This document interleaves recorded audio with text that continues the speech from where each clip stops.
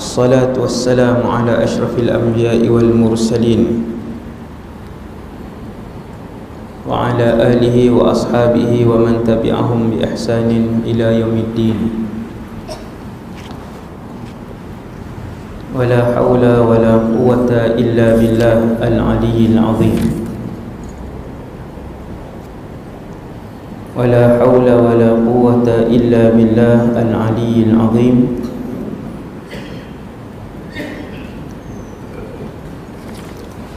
ولا حول ولا قوة إلا بالله العلي العظيم.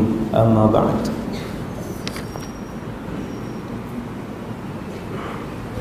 Pertama sekali, nawaitul i'tikaf fi hadzal masjid sunnatan lillahi ta'ala. Radina billahi rabba, kami redha Allah Tuhan kami. Wabil islami dina, kami redha Islam cara hidup kami.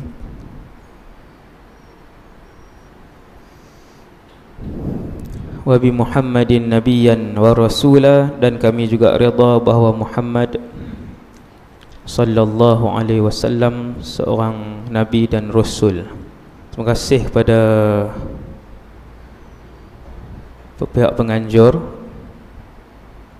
yang menjemput saya untuk bersama-sama pada malam ini dalam majlis ilmu.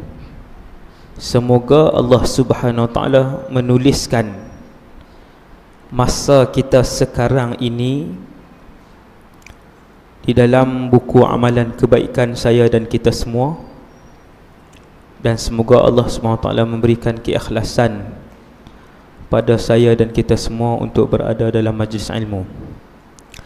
Yang kedua, ini percubaan yang ketiga lah, dan akhirnya berjaya untuk saya mai di masjid apa tu? Masjid Embai. Untuk datang ke masjid ni 2 tahun lepas. Hari nak mai tu, tuan-tuan tak ingat dah lah, dah berapa ratus penceramah dah mai. Hari saya nak mai tu, ayah saya meninggal rahimahullah. Hari yang ceramah tu lah, hari ceramah tak jadi mai. Lepas tu pihak jawatan kuasa ni bersungguh-sungguh. Kali yang kedua telefon lepas percubaan pertama, cubaan yang kedua tu tetap tarikh dah. Allah Ta'ala uji lagi. Saya aksiden bulan 1 hari tu ni, 3 hari bulan 1. Aksiden tu lama lah sakit kan. Hak ni kali yang ketiga. Saya tengok balik dalam mesej tu, tengok masih ada lagi mesej. Bukan mesej, saya tanya anak murid. Jadi masjid ni dah usaha banyak kali dah untuk kita duduk dalam taman syurga hak malam ni. Alhamdulillah, moga-moga kita semua mendapat manfaat dari apa yang akan kita kongsikan secara ringkas. Sebab saat lagi saya nak terus ke Kuala Lumpur untuk kuliah pagi esok kan. Jadi tak boleh lama lah, sejam insya-Allah. Saya pilih tajuk malam ni, saya yang pilih tajuk untuk bercakap tentang anak lah. Tentang anak, saya pun anak juga kan. Tentang anak, bahawa keluarga ni tuan-tuan, dia tak habis takat dunia. Keluarga boleh bawa sampai masuk syurga. Semua boleh bayang lah anak masing-masing. Hak 2 orang anak, yang 5 orang anak, yang 7 orang anak.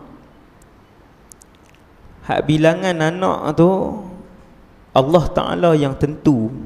Bukan sebab kita kuat, kita lemah tak. Tuhan yang tentu dah hang anak berapa. Allah tulis dalam Quran sejak azali lagi, Ada di kalangan mereka kami kahwinkan, ada di kalangan mereka yang Allah tidak kahwinkan. Dia kekal bujang dan dia kekal dara sampailah dia wafat. Antaranya Nabi Yahya alaihissalam. Hebat Nabi Yahya ni, daripada kecil dapat kitab lah. Daripada bayi tu, bayi yang hebat, kemudian jadi rasul. Kemudian Allah takdirkan dia tidak berkahwin dan tidak punya anak. Jadi tak ada anak ni bukan kata hina. Ada rasul yang tidak ada anak. Nabi Isa tapi dia tak meninggal lagi lah. Jadi ada rasul-rasul Allah takdirkan dia tidak mempunyai anak sampailah dia meninggal. Kemudian yang tak ada anak ni sampai meninggal kerana ditetapkan oleh Allah sebagai ujian kepada hidup dia tu. Laki ke perempuan ada, tapi tak ramai. Dalam masyarakat kita kata 95% berkahwin. Adalah 5% yang tidak berkahwin. Nabi sebut bahawa antara nikmat syurga yang akan disediakan oleh Allah dalam syurga kelak, kalian boleh bersama dengan isteri ataupun bakal isteri-isteri dalam syurga, dan mereka itu boleh melahirkan anak seperti di atas muka bumi ini. Boleh beranak, bakal isteri, bakal lah bidadari ramai. Bakal isteri dalam syurga boleh melahirkan anak. Nampak? Rasa sedap hati tak? Rasa sedap hati. Orang tak ada anak tu nak ligan apa? Kita ni nak ligan apa? Maksudnya semua hak benda korang hak Allah bagi atas dunia ni, hak sakit sampai 30 tahun 40 tahun, yang tak ada anak sampai tua dah umur 60 70 tak ada anak, yang susah ni daripada kecil ustaz, lah umur 60 duk susah dia tu. Semua ujian ni, ujian sakit, ujian susah, ujian tak ada keluarga, ujian miskin, ujian resah. Ujian ini berakhir bila mana saya dan kita semua pada hari terakhir menembuskan nafas, diambil nyawa oleh Allah Subhanahu Wa Taala. Kalau ketika itu kita husnul khatimah, ending kita baik, pengakhiran kita baik, mati kita husnul khatimah, maka berakhirlah semua hak kesedihan, kemiskinan, kesusahan, keresahan hak Allah uji 30 tahun 40 tahun ni. Tu nombor 3. Saya nak sebutnya bahawa Rasulullah sallallahu alaihi wasallam bagi tahu bahawa sebahagian anak dia yang boleh bawa mak ayah dia pergi ke syurga. Tapi syarat si ayah dan ibu tadi tidak mensyirikkan Allah Subhanahu Wa Taala. Jangan buat dosa syirik je. Dosa-dosa lain semua orang buat dosa. Ustaz ke, tak ustaz ke, menteri ke, tak menteri ke, hak kaya ke, hak miskin ke, semua buat dosa. Mesti buat dosa. Banyak dengan sikit, kerap dengan tak. Cuma Nabi nak bagi tahu bahawa anak ni yang kata rezeki bila Allah bagi seorang ke, anak 3 ke, 2 ke, 8 ke, sebahagian anak ini dia boleh bawa mak ayah dia untuk pergi ke syurga. Kalau anak itu anak soleh, anak soleh, anak soleh, waktu dia hidup pun dia boleh membanyakkan pahala ayah. Selepas dia mati pun dia boleh bawa ayah dia dan mak dia masuk dalam syurga. Ni kita duk ada nyawa ni. Kita masih bernyawa, anak-anak masih ada, maksudnya masih ada ruang untuk mengeluarkan anak-anak kita, menjadikan anak-anak kita anak-anak yang soleh. Masih ada peluang. Bukti yang pertama ialah, yang ni bukti direct, bukti yang tidak direct lah, tapi termasuk dalam dalil ni juga, iaitulah bila Nabi sebut mati nanti, selepas mati orang-orang yang soleh boleh memberi syafaat kepada kawan-kawan baik mereka ataupun anak-anak murid mereka. Ini hadis sahih. Orang soleh boleh bagi syafaat, hadis sahih ni, kepada orang yang duduk di keliling mereka ataupun orang yang disayangi mereka. Selepas semua orang masuk syurga, masuk neraka. Duduk dalam syurga ni, tuan-tuan, macam dunia lah. Syurga ni macam dunia, cuma dia tak ada ibadat.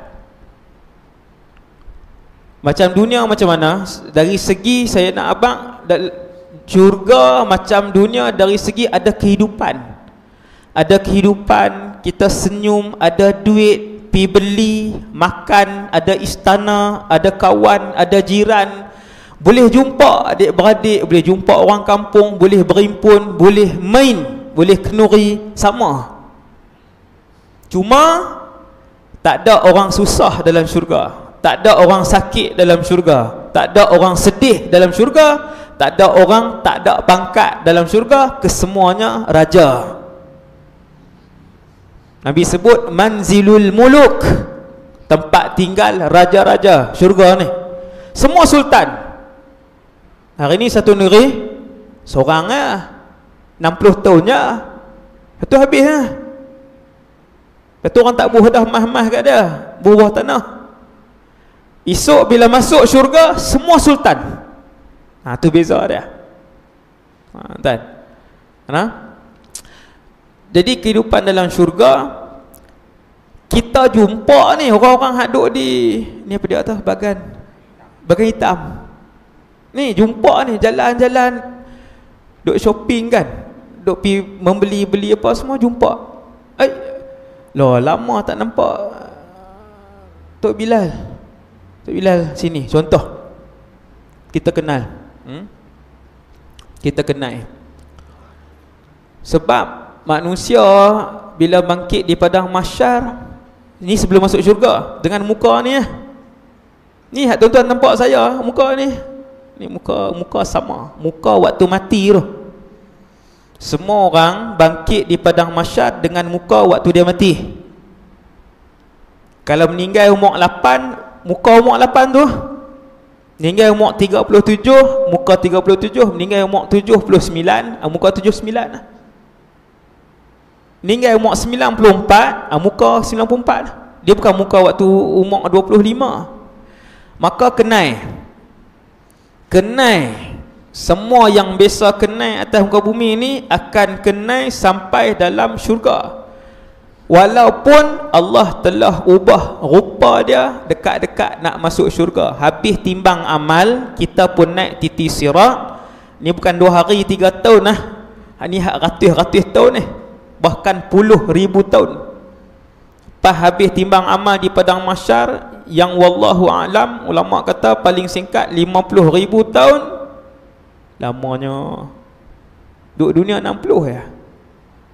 Lepas tu pi ke telaga Kautsar, kemudian naik titian sirat. Titian sirat tu pula ada yang ratus tahun pijak titi tu.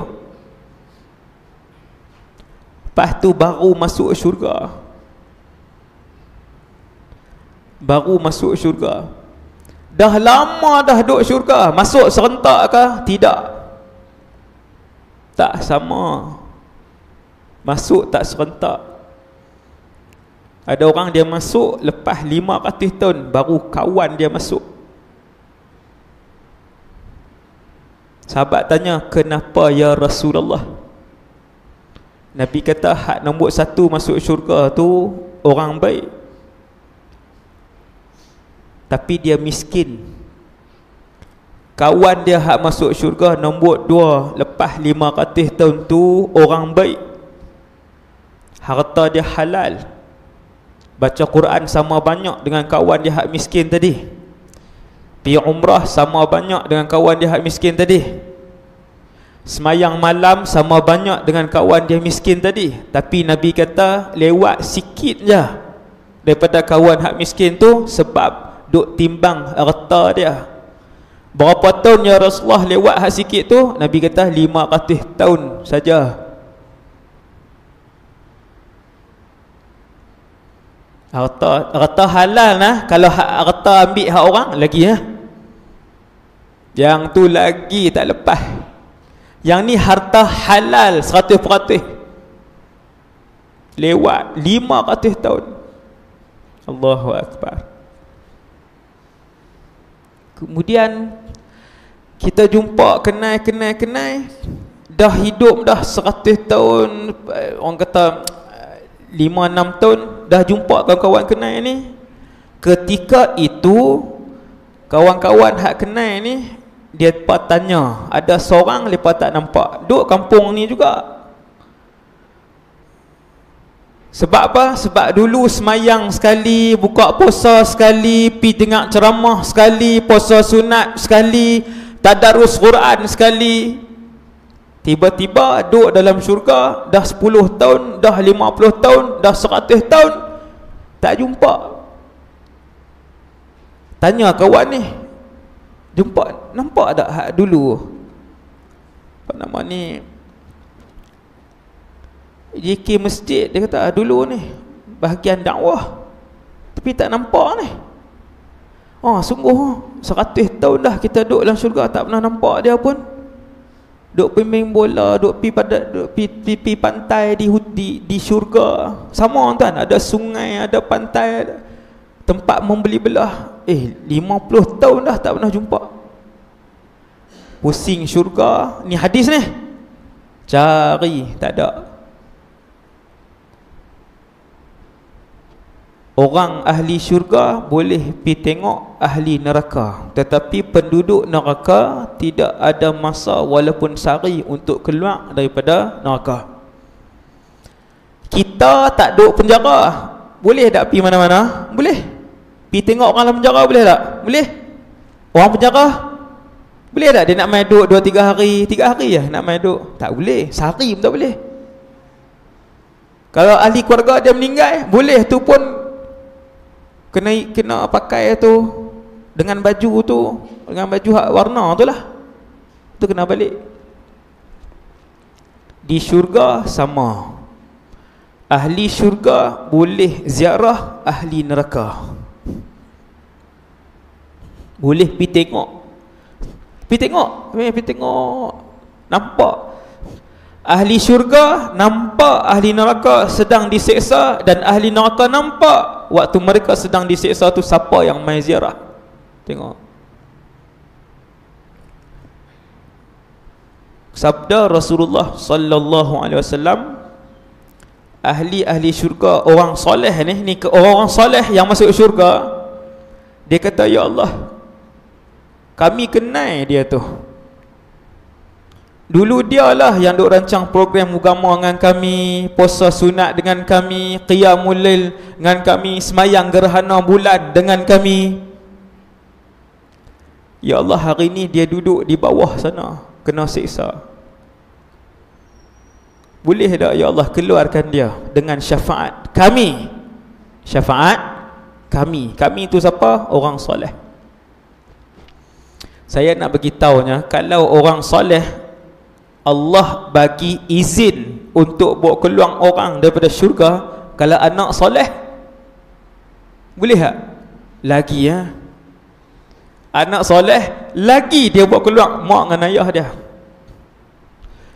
Ya Allah, kami duduk dalam syurga, kami mendapat semua nikmat, kami boleh makan bila masa saja kami nak makan, kami tak perlu lagi ke tandas untuk buang air kecil dan air besar, kami tak pernah sakit duduk dalam syurga, kami tak pernah miskin sesaat dalam syurga, tak pernah hina sesaat dalam syurga.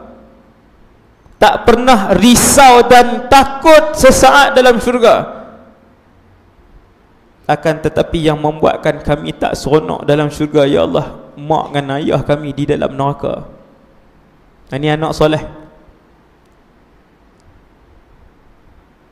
Bila orang luar yang soleh tak ada kena mengena dengan kita, bukan ahli keluarga kita tapi ahli syurga, depa mai minta dengan Allah nak bagi syafaat untuk dikeluarkan orang-orang yang depa kenal. Dulu berjuang bersama mereka, cuma ada buat salah sikit, tergelincir. Maka berkata Allah Subhanahu Wa Taala, idhabu fa akhriju man araftum.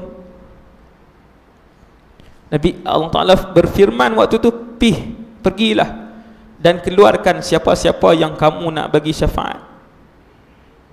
Fayatunahum fayarifunahum. Hak soleh-soleh kawan kita, hak bagus-bagus ni, yang ahli syurga ni, depa pun mai 3-4 orang, depa pun mai tengok, kenal kita. Fayarifunahum bisuwarihim. Depa tengok muka kita, kenal. Kata Rasulullah, la ta'kulun naru suwarahum. Api tu dia tak bakar, dia tak makan muka. Sebab tuan-tuan, kawan ni bukan jahat sangat. Kalau tidak, dia tak kenal lah kawan-kawan hak soleh ni. Kawan hak duduk dalam neraka ni, dia bukan jahat semua. Dia ada buat satu je kesalahan ataupun 2 kesalahan yang dia tak dan taubat. Tuan faham tak hadis ni? Sebab itu, bila kawan-kawan dia hak ahli syurga mai tengok, dia tidak dibakar pada mukanya. Orang duk ingat ahli neraka ni bakar semua. Tidak. Dalam hadis ni Nabi terangkan bahawasanya ada ahli neraka yang hanya dibakar kakinya saja, tapak aja. Macam Abu Talib. Abu Talib ialah manusia yang paling ringan siksaan dalam neraka. Kata Rasulullah, dipakaikan 2 terompah yang diperbuat daripada neraka api. Terompah itu dimasukkan di bawah telapak kakinya, lalu panas api itu menggelegak-gelegakkan otak isi Abu Talib. Hak tu paling ringan. Betis Abu Talib tidak dibakar api, lutut dia tidak dibakar api, pinggang dia tidak dibakar api, bawah ya. Ketika dibakar nanti, kata Rasulullah, Abu Talib menyebut-nyebut dan meraung-raung kepada orang ramai, akulah yang paling berat siksaan. Dia ingat dia yang paling berat, hak tu yang paling ringan. Kata Rasulullah, jahat sikit lagi, Allah bakar dia 24 jam sampai buku lali. Jahat lagi, Allah bakar dia sampai ke lutut. Jahat lagi, Allah bakar dia 24 jam sampai ke pinggang. Jahat lagi, Allah bakar dia 24 jam sampai ke leher. Paling jahat, Allah bakar dia seluruh tubuh dia, daripada hujung kaki sampai hujung kepala dia, 24 jam duduk di dalam api. La yamutu fiha wala yahya. Kan duk baca tu, sabbihisma rabbikal a'la alladhi khalaqa fasawwa, sampai ayat la yamutu fiha wala yahya. Tuan-tuan cuba tengok tafsir dia, apa dia.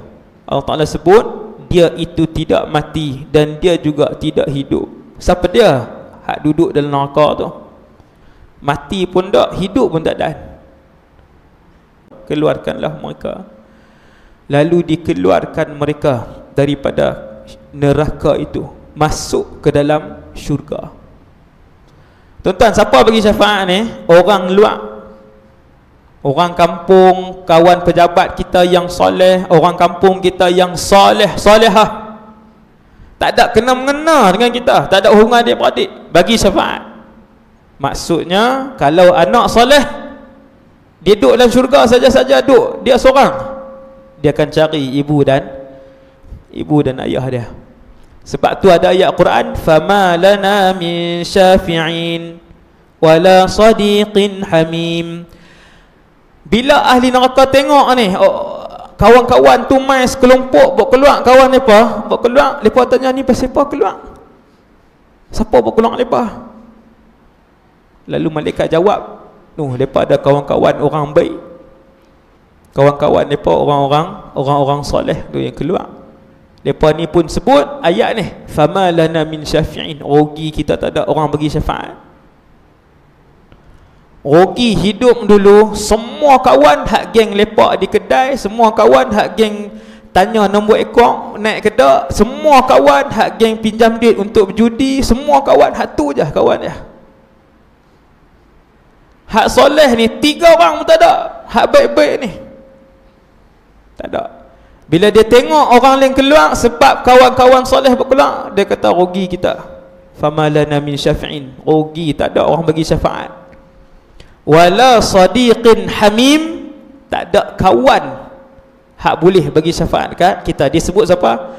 Dia sebut nama kawan.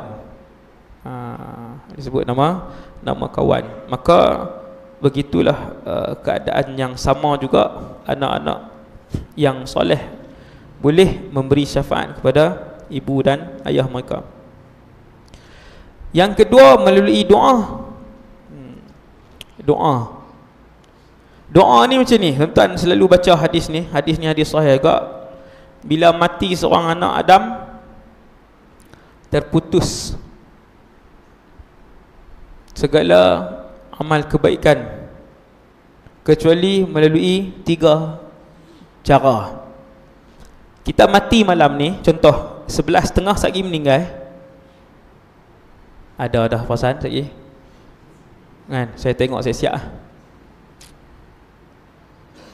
11.30 meninggal. La ni tuan-tuan, la 8.30. La 8.30, buku amalan saya dan kita semua sedang dibuka. La ni malaikat duk tulis. Yang mai kerana Allah, malaikat duk tulis sedang berjihad fi sabilillah. Tuan-tuan, siapa keluar rumah dia tujuan nak menuntut ilmu agama, nak kenal Allah, nak kenal akhirat, Nabi kata malaikat tulis dia sedang berjihad fi sabilillah sampai dia balik pula lagi, hatta yarji'ah. Hadis ni sampai dia balik. 11.30 lagi hamba Allah ni meninggal, lebih-lebih sikit lah, 11.34 macam tu lah contoh. Tu lagi gerun tu, mengucap siap-siap. 11.30 lebih sikit meninggal. Ketika meninggal, Raqib dan Atid gulung buku dia. Buku tu macam mana? Buku tu macam kertas yang boleh digulung ni.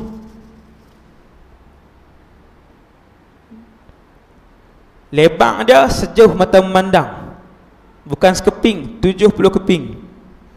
Tiap-tiap kali anak Adam meninggal, buku tu akan digulung kemudian ditutup. Yang meninggal 11.30 lebih lagi ni, buku tu malaikat gulung, tutup. Tak masuk dah. Dia tak boleh main dah, semayang apa semua tak boleh dah. Cuma Nabi kata ada 3 cara, dan sebenarnya ada lebih lagi. Kalau himpun semua hadis, ada lebih lagi, 7-8 cara lagi untuk buku yang telah ditutup tadi dimasukkan lagi pahala ataupun amalan kebaikan dia. Nabi buat contoh 3 je lah, hak paling masyhur. Yang pertama, sedekah jariah. Apa dia sedekah jariah? Orang nak buat masjid, dia bagi 1,000. Selama mana tiang masjid tu, lantai masjid tu, dinding masjid tu berdiri, duk masuk ke dia, tu sedekah jariah, berjalan. Tak untung ni tuan-tuan, no? Nak buat masjid ke, sekolah agama ke, cari ikut kemampuan. Ada orang dia buh 1,000, ada orang dia buh RM1, tapi dia mampu RM1. RM1 dia setanding 1,000 hak kawan tu bagi. Sebab semua orang bukan sama kemampuan. Tak mau ceritalah tu tajuk lain. Kan, sedaqatin jariyah masuk, kita duduk di sana 100 tahun, 500 tahun dah. Masjid tu 300 tahun dah duduk naik, duduk berdiri situ. Ada masuk. Dan kedua ilmu orang lain duk guna ilmu dia. Kawan tu tak pernah semayang, pi masjid sehari, dengar ceramah, berasa insaf, dia pun start semayang. Apabila orang tu dia beramai disebabkan ilmu seorang ini, alim ke tak alim ke, kawan dia bagi nasihat, dia beramai, maka sepanjang dia beramai, orang hak bagi ilmu ni dapat. Yang ketiga, hak ni yang Nabi sebut ni, awaladin salihin yad'u lahu, ataupun anak soleh yang mendoakan kepada mak dan ayah. Kan, anak soleh yang mendoakan. Takat anak saja kau ustaz? Anak tak banyak mana ustaz. Ada orang dia hidup sampai umur 90, anak dia umur 70. Dia meninggal lepas tahun 2 anak pula meninggal. Ada hak 90 70 ni. Kan? Dia kata anak sat ya ustaz, lepas berapa tahun betul meninggal, tak ada siapa dah. Tuan-tuan sekalian, awaladin salihin, anak soleh yang mendoakan ni bukan anak saja, anak dan semua yang ada di bawah. Semua hak keturunan dia yang soleh yang doa kat dia. Cucu, anak, cucu, cicit, sampai ke bawah, sampai ke berapa pun semua masuk. Maka untunglah hak ramai. Untunglah yang ada anak dan yang ada cucu yang ramai, yang sentiasa mendoakan untuk tok depa, tok wan depa, ataupun kalau anak doa kepada mak ataupun ayah. Nabi sebut satu hadis, orang luar ni orang luar. Nabi kata apabila satu orang meninggal, bila satu orang meninggal, kemudian dia didoakan oleh 40 orang hari dia meninggal tu. Dengar tuan-tuan, apabila seseorang muslim meninggal, ma min muslimin yamut, apabila seseorang Islam tu meninggal, fayaqumu ala janazatihi 40 rajulan, kemudian 40 orang saleh mai kat kubur dia ataupun mai kat jenazah dia, Allahumma ghfir lahu warhamhu, ya Allah ampunkan dia ni, rahmatilah dia ni. Dan yang berdoa tu 40 orang soleh, nescaya Allah mengampunkan orang itu, terangkat daripada dia azab kubur. Bagus tak orang kalau ramai orang soleh tuan?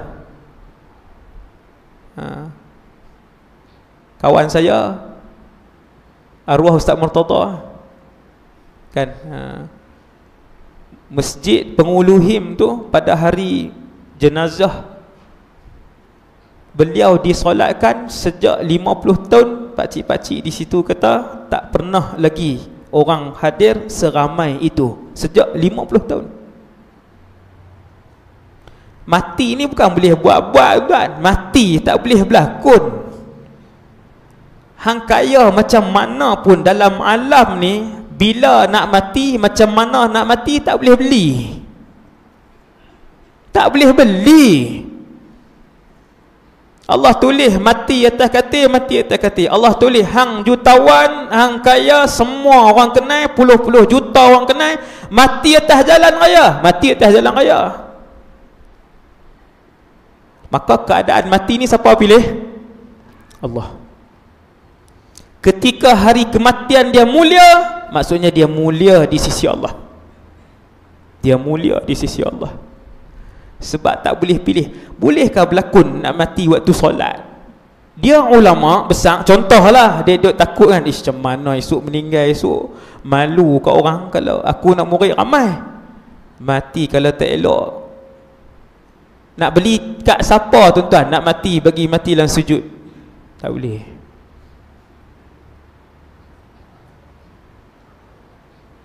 Beberapa orang yang paling besar sekali, hari tu lepas cerita yang mati dalam raudah tu, kan, meninggal di Raudhah bulan Ramadan kah? Ada berita dengar kah? Semua tak ada insight kah? Warok-warok hak meninggal dalam Raudhah tak boleh pilih kan. Yang paling dekat sekali yang saya pernah jumpa jiran tok menekan betul, tok menekan dia meninggal malam Jumaat bulan Ramadan dalam solat ketika sujud selepas buka puasa. Tuan-tuan nak cari mana? Malam Jumaat tu sepasal lah bulan Ramadan dalam sujud maghrib rakaat berapa saya tak ingat, kecil sujud maghrib tu. Nak beli tang mana tu tuan-tuan? Yang tu bukan boleh beli, yang tu Allah nak abang macam mana hampa tengok keadaan dia mati, begitulah kedudukan dia di sisi aku Allah. Tuan, kalau orang luar yang tak ada kena mengenal dengan kita pada hari kematian, Nabi sebut dalam hadis sahih ni 40 orang kalau berdoa, 40 ni yang soleh ni Allah Ta'ala boleh angkat azab kubur. Angkat azab kubur tuan, angkat azab kubur ni besar rahmat dah. Cari bila kita ramai kawan soleh, hari kematian kita siapa yang main ramai? Geng kepiah. Hak arwah Ustaz Murtada tu, dia ustaz ngaji sekolah agama apa semua, mengajar. Bila hari dia meninggal siapa main ramai? Geng masjid ramai. Lebih 5,000, lebih 3,000 orang. Penuh kepiah dan serban pada hari itu.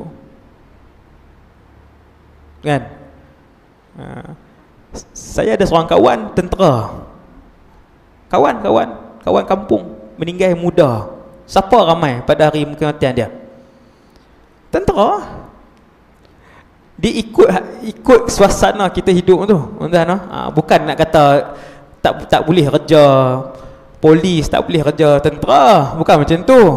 Kita kerja apa pun kumpul kawan hak soleh bagi ramai, dan terutamanya kumpulkan anak yang soleh, anak yang soleh yang boleh bila dia angkat tangan, dia punya pahala tu tak singgah pergi tang mana dah, terus masuk. Dia tak ada transaksi tu, dia pergi direct ke dalam pahala ibu dan ayah dia. Setiap kali dia berdoa, setiap kali dia melakukan ibadah. Bahkan nombor 3, bila Allah uji kita ada anak dan kematian anak. Bila kematian anak, Nabi sebut dalam satu hadis,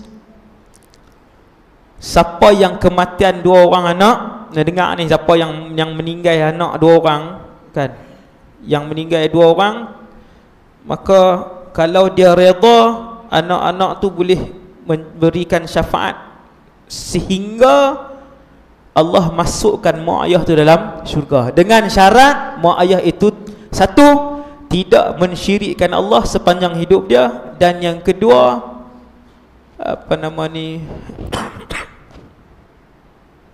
yang pertama tidak mensyirikkan Allah Taala. Lupa pula dah. Nombor 2, redha. Mak dengan ayah tadi redha dengan ujian Allah Taala ambil anak dia. Siapa yang kematian 3 orang anak, Nabi kata kanu hijaban minan nar, anak-anak tadi akan jadi penghalang untuk dia masuk neraka. 1 orang perempuan duduk di situ, sahabiyah muslimah, dia dengar Nabi cakap ni, dia kata wasnatan, kalau 2 orang boleh tak ya Rasulullah, meninggal 2 orang? Nabi pun sebut wasnan, ya, kalau 2 orang pun Allah Ta'ala akan bagi. Hadis tu muttafaqun alaih. Hadis yang kedua riwayat Imam Nasa'i, juga hadis sahih. Ada 1 orang di padang mahsyar esok, dia kematian anak dan dia redha. Dia redha dengan takdir tersebut, dia tidak mensyirikkan Allah. Meninggal anak dia 2 orang atau 3, 2 dan ke atas. Anak dia hak meninggal ni kecil, semua jadi ahli syurga, dengan rahmat daripada Allah masuk dalam syurga. Lalu ada orang suruh mereka ni, anak-anak dia ni, udkhulul jannah, masuk-masuk, hampa ahli syurga. Anak dia, tak kira lah berapa orang, 2 dan ke atas, masuk-masuk. Maka berjawab anak-anak ni, hatta yadkhula abauna, kami takkan masuk sehingga mak dan ayah kami masuk syurga.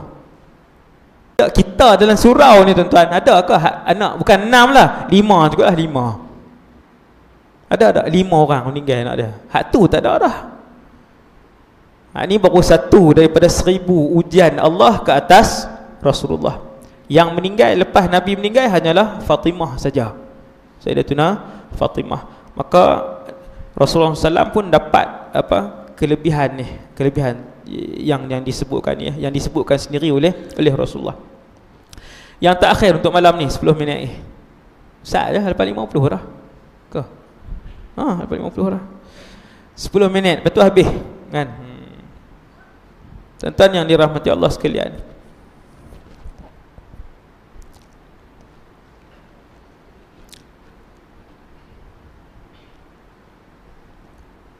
bila Allah tentu kita, bila timbang-timbang amalan nanti, Allah pun tentukan ahli syurga. Mak ahli syurga, ayah ahli syurga, suami ahli syurga, isteri ahli syurga, anak-anak ahli syurga. Jalan tahtiti sirat masuk syurga. Selama-lamanya duduk dalam syurga sekali. Kita nak bagi mudah faham macam ni lah. Tuan-tuan pergi umrah, suami isteri bawa anak 2 orang, 4 orang semua sekali. Seronok tak kalau 4 orang ni pergi di Mekah, lepas tak 4 hotel? Seronok tak? Asing-asing. Mak duduk hotel lain, ayah duduk hotel lain, anak hak nombor 1 duduk hotel lain. Kau seronok duduk dekat-dekat. Yang paling kita seronok bila boleh duduk dekat lah. Memang kena lah travel tu. Sampai Mekah dia bagi, dia kata pakcik duduk hotel sana, makcik duduk hotel tu, anak sulung duduk sana, sulung duduk sana. 10 hari di Mekah tu tak senyum terus dah. Punya duk geram, hampa tunggu, travel ni hampa tunggu. Balik esok hampa siap. Travel tu kan. Hak tu baru 10 hari. Kalau syurga ketika Allah SWT impun kita semua, kadang-kadang di padang mahsyar kita jumpa mak kita, kadang di mahsyar kita jumpa anak kita, kadang di mahsyar kita jumpa abang kita. Dalam duk timbang-timbang tu kan, seorang malaikat tarik pi duduk dalam neraka, seorang masuk dalam syurga. Seronokkah kita duduk dalam syurga tu? Ini persoalan dia. Ini persoalan dia. Yang ni lah gerak kerja yang kita kena buat mula pada malam ni. Di Malaysia, saya bagi fakta sikit.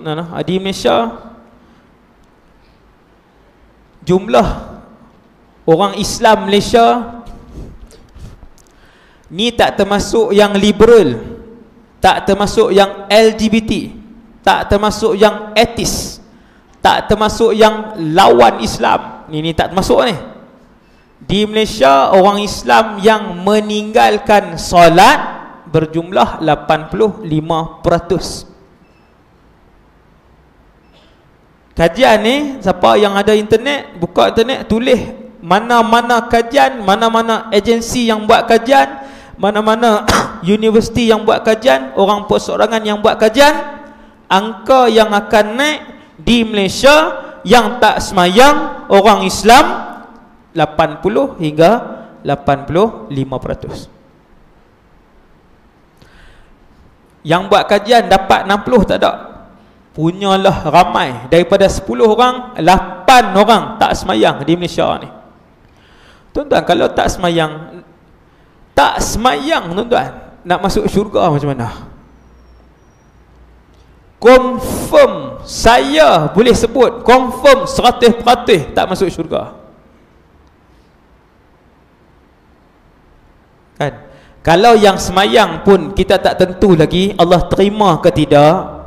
masuk syurga ke tidak, kan? Wallahu a'lam. Kalau Allah terima, dia ikhlas, tak buat dosa lain, insya-Allah masuk syurga. Tu kalau semayang kita boleh sebut macam tu. Tapi kalau yang tak semayang, confirm lah. Tuan-tuan, 85% tu anak siapa?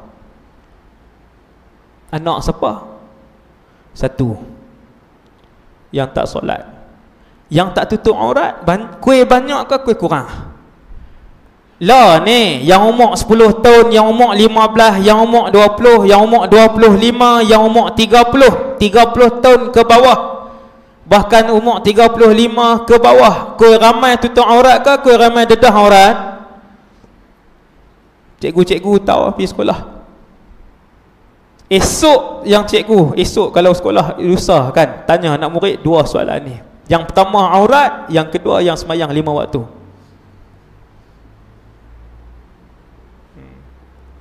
Tuan, semayang dengan aurat membuatkan berapa ramai yang dah tak layak untuk duduk dalam syurga Allah SWT. Malam ni, tuan-tuan, malam ni kita muhasabah, tengok balik. Satu orang anak muda yang Nabi puji 800 tahun sebelum dia lahir. Nama dia Sultan Muhammad bin Murad bin Bayazid. Tak pernah tinggal solat rawatib, tak pernah tinggal semayang fardu, tak pernah tinggal qiyamul lail sejak baligh, dan tak pernah tinggal semayang berjemaah sejak baligh. Nabi puji dia ni 800 tahun sebelum dia lahir. Tuan-tuan tahu tak cerita ni? Hak ni tajuk ceramah lain 1.5 jam. Kalau ringkas cerita Sultan Fatih, Nabi puji dia 800 tahun sebelum dia lahir. Subhanallah. Apa dia? Nabi kata ada sebuah kota namanya Konstantiniyah. Hari ni nama dia Istanbul. Dulu waktu Nabi hidup, kota ni siapa tak boleh sentuh, termasuk orang Islam. Zaman Sayyidina Umar kalahkan Rom dan Parsi, dua kerajaan terkuat dunia. Tapi kerajaan Konstantiniyah tak ada orang Islam boleh sentuh. Dia punya tembok dia, tuan-tuan, selapis, dua lapis, tiga lapis. Satu lapis tembok dia 10 meter. Ni berapa meter ni dinding, tuan-tuan? Meter apa? Setengah meter pun tak ada. Tu dinding tu setengah meter pun tak ada, teratur ya. 10 meter. Nabi kata, Nabi sebut dalam satu hadis pasal remaja ni, budak lelaki ni yang pernah memegang kerajaan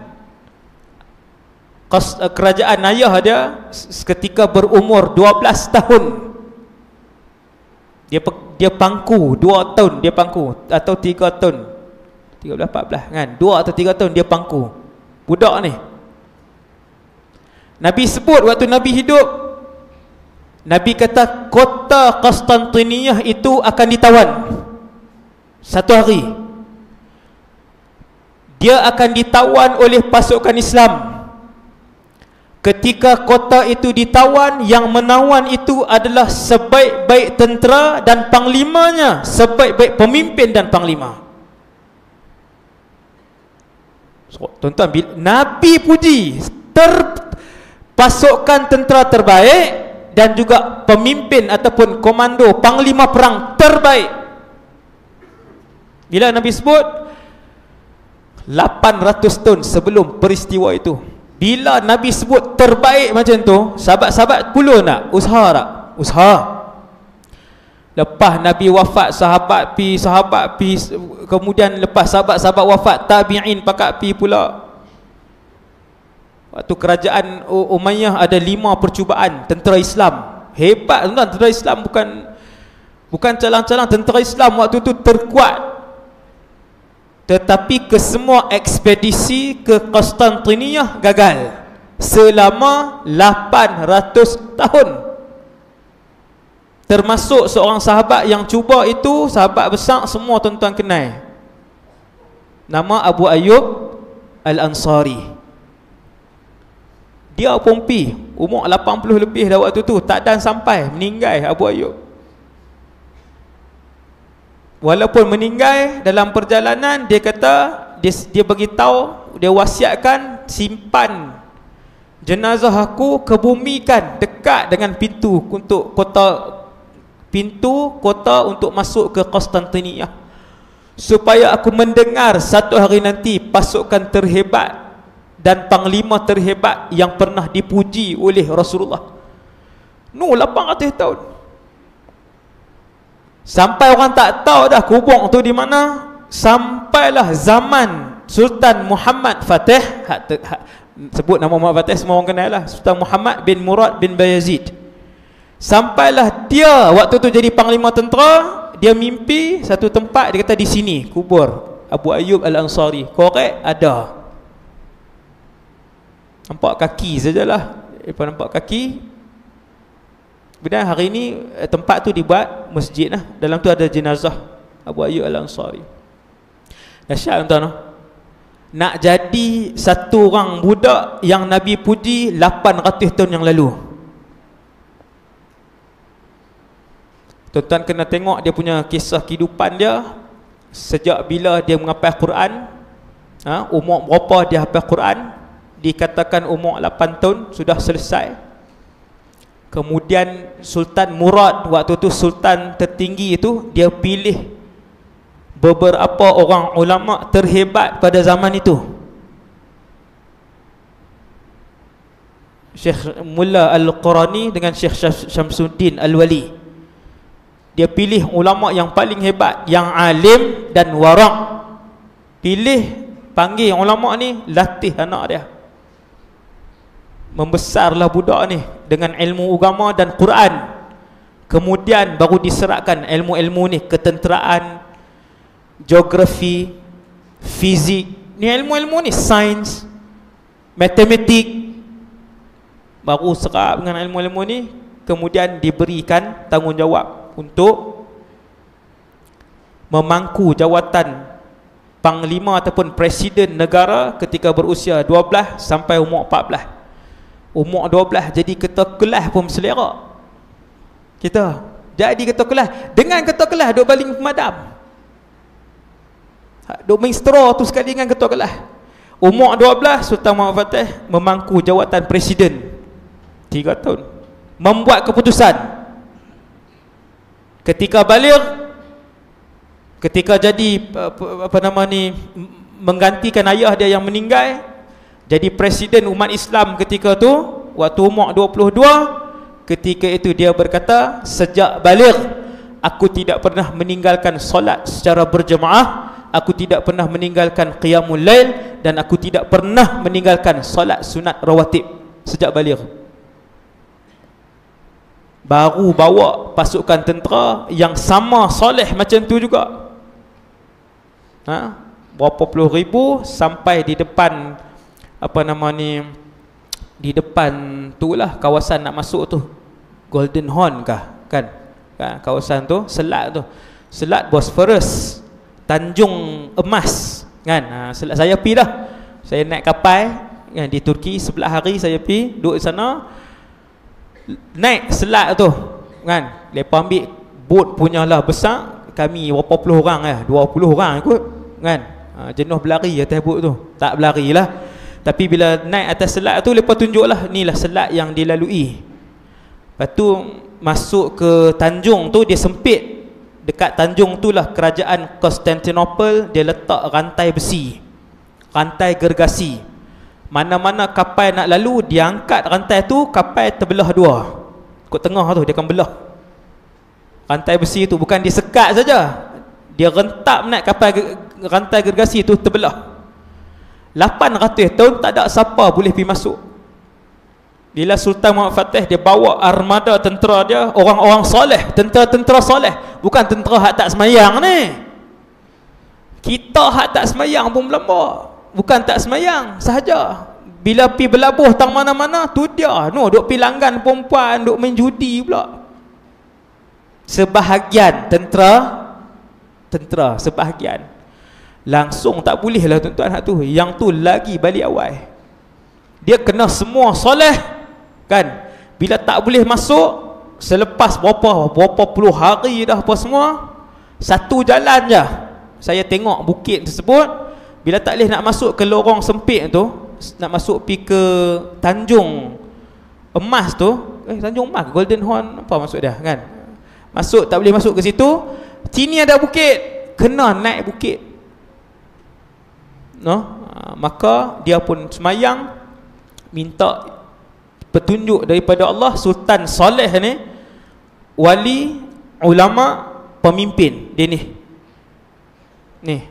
Sultan Muhammad Fatih ni, no? Solat, minta petunjuk, dapat petunjuk, naik bukit hak tinggi tu, buat naik kapal.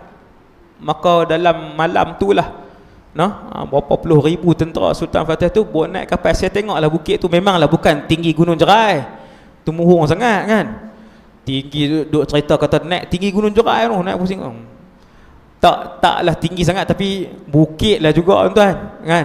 Bukit, buat naik kapal, apa nama ni, potong pokok, batang-batang tu buat laluan, heret naik kan. Heret naik, turun pi masuk dalam tu, lepaslah apa rantai gergasi tu, duduk dalam tu, duduk pula berapa puluh hari di depan pintu gerbang hak tebal-tebal tadi ni. Beritahu tuan-tuan, anak soleh yang hebat, satu, mesti dipersiapkan dengan ilmu agama dan juga iman.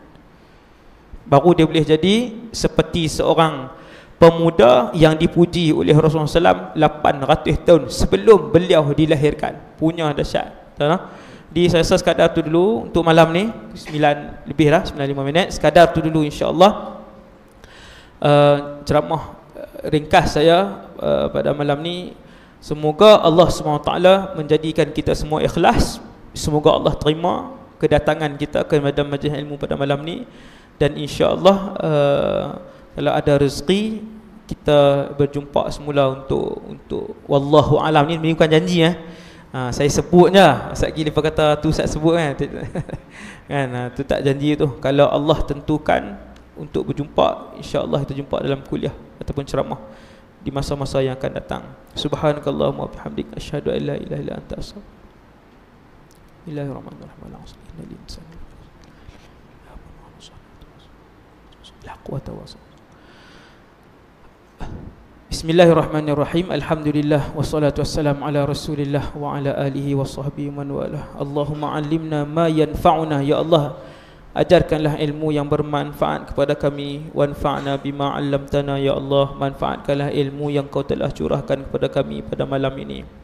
Wazidna ilman wa amalan wa ikhlasan fi hayatina. Tambahkanlah kepada kami ya Allah ilmu, amal ibadah dan keikhlasan dalam kehidupan kami. Wa sallallahu ala sayyidina Muhammad wa ala alihi wa sahbihi wasallam walhamdulillahi rabbil alamin.